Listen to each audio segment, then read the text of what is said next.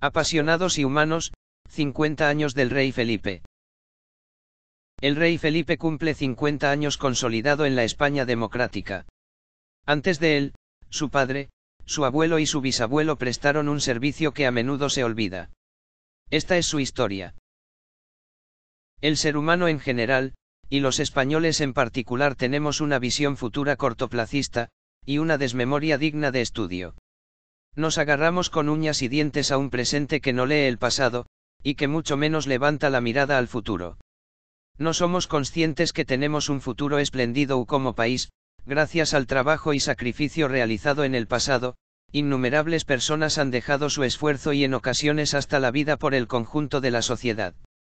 Que nada es perfecto y que todo es susceptible de cambio, o mejora es una obviedad, pero lo que no parece de recibo, es dinamitar la labor de siglos y demonizar a sus protagonistas.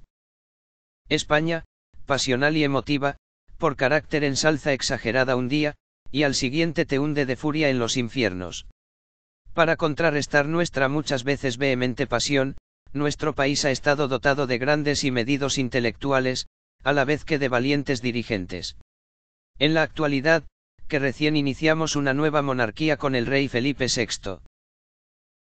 En un momento difícil, de deslealtad institucional que amenaza la integridad y el futuro de nuestra nación, en momentos tan delicados hay quien pone en duda y critica el tono firme del monarca, firme pero democrático, aséptico al convulso entorno, señala las líneas rojas de un proyecto conjunto de 500 años, de los cuales los últimos 40 han sido los de máximo progreso, estabilidad y bienestar vivido nunca. 40 años de democracia protagonizada por el hasta hoy mejor jefe de Estado que hemos tenido, Juan Carlos I, admirado y envidiado por repúblicas y monarquías en el mundo entero. Encabezó una más que difícil transición, sorteó todo tipo de obstáculos hasta depositar el país en el mullido marco europeo, reposando paz y tranquilidad al mismo nivel que las grandes democracias mundiales. Pasto de alcahuetas. Pero nadie se acuerda ya.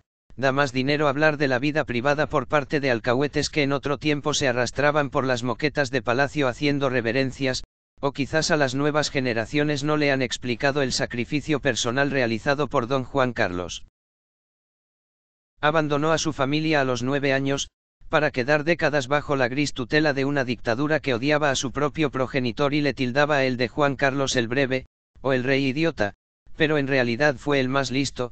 Se hizo el idiota para preparar en silencio el régimen democrático a semejanza al que no pudo desarrollar su padre en su día, junto con las diferentes sensibilidades de la sociedad, acompañado por unos pocos, arriesgados y valientes, dinamitaron desde dentro el régimen.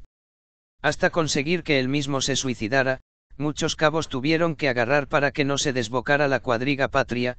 Todo el arco ideológico desde la izquierda a la derecha fue artífice de la libertad que disfrutamos, y que tampoco valoramos hoy en día. Juan de Borbón, navegando en el modesto Saltillo frente a la costa de Estoril, supo pronto que una vez abandonado por los aliados, la única baza de instaurar la monarquía parlamentaria en España pasaba por su sacrificio dinástico, un nuevo sacrificio, igual que renunció a su vida de marino ante la llamada desde Roma de su padre el exiliado rey Alfonso XIII. Si la desmemoria se instala en las mentes actuales, con hechos tan recientes como los narrados en párrafos anteriores, que decir del denostado Alfonso XIII, cierto es que cometió muchos errores en su reinado. Sobre todo, no afrontar la modernización del Estado en diferentes aspectos, económico, político y social.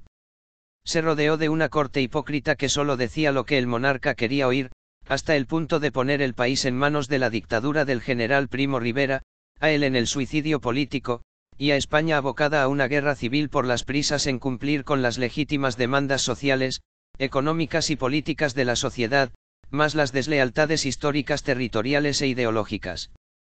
Cabe remarcar que después de 40 años de dictadura, los sucesores enmendaron esos errores, se rodearon de la sociedad civil y se alejaron de interesados cortesanos. Todos estos datos son popularmente conocidos, pero el papel de Alfonso, la labor del monarca en la Primera Guerra Mundial pasa por la sociedad actual desapercibido casi por completo. Fue durante la terrible Gran Guerra, que tiñó de rojo el barro de las trincheras, y partió Europa de un dolor hasta entonces no conocido. En ese difícil contexto, fue en 1914 cuando recibió una carta desesperada de una lavandera francesa que le imploraba ayuda para encontrar a su marido desaparecido en la contienda. Es historia. Una vez movilizadas las embajadas españolas, lograron localizar a ese hombre, y ahí, en ese momento se inició la primera misión humanitaria de la historia. Y si fue en nuestro país, que como en la Segunda Guerra Mundial también fuimos un país neutral en la conflagración, pero no fuimos neutrales en la labor humanitaria. Cada mañana en unas dependencias habilitadas en Palacio, con el rey a la cabeza, ayudado por unas 40 personas, lograron salvar la vida de casi 100.000 europeos de un bando y otro. En aquella época Alfonso XIII fue conocido como el Rey Bueno y fue candidato al Premio Nobel de la Paz. Nadie en la vida es capaz de hacerlo todo bien o mal, lo importante es que las nuevas generaciones aprendan de los errores cometidos en el pasado para enmendarlos, y poner en valor los aciertos, los valores y sacrificios de nuestros antepasados para así avanzar en el futuro. Quizás haría falta alimentar la memoria colectiva más allá de lo inmediato.